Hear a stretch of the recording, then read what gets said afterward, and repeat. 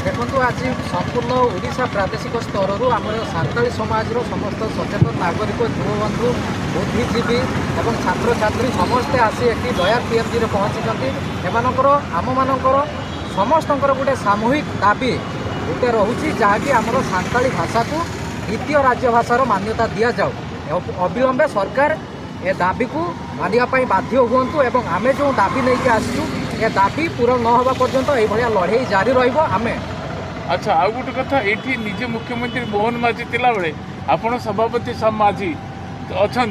आपण या विषय केवे माझी सारू देखा कले ना ना एपर्यंत मुख्यमंत्री सहित देखा है ना किंतु आमे आमर ए दाबी उपस्थापन करिया परे आमे मध्य गोटे इच्छा प्रकाश करुचु जे मुख्यमंत्री को सीधा सड़क देखा करके आमर जहाँ जी सामूहिक दाबी रही से दाबी को आमे उपस्थापन करूँ एवं आमे निवेदन करूँ आमर मुख्यमंत्री आम संप्रदाय आम सान्ताली संप्रदाय आमे आशा करचु मुख्यमंत्री आमर भावावेग को बुझे एवं ए आमर दाबी को गुरुत्व देकी से यथाशीघ्र ए बाबद कार्यानुष्ठान ग्रहण करेंगे। ये दाबी आपणकर जे कि आम ओडिया झील जड़े ओडिया माँ सभापति प्रेसिडेंट अच्छा सारा ये कौन आपड़ केवे बाबद जब थर आसोशा के अवगत कले कि निश्चित भाव में आम आम संगठन तरफ नहेले भी विभिन्न आम सान्ताली संगठन तरफ राष्ट्रपति महोदया को चिठी नवेदन कर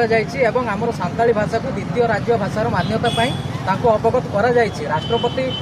मैडम से ए बाबद अवगत अच्छा तरफ सांत्वना रही यथाशीघ्र पाखक खबर बा कौन ऑफिशियल फॉर्मेट रे चिठी पहुँचले से निश्चित भाव में तार कार्यानुष्ठान से सहयोग करेंगे। शेष अनुरोध कौन रही सरकार को यह अनुरोध रही आम जो सान्ताली संप्रदाय व्यक्ति विशेष माने रहीचु आम शिक्षा क्षेत्र में आम उन्नति करने चाहूँ आम सामग्रिक विकास करी आम ए समाज रे समस्त जाति वर्ण धर्म निर्विशेष रे सबु जाति सह सबु वर्ण सह आम समांतर भाव सम्मान जीवन यापन करने चाहूँ से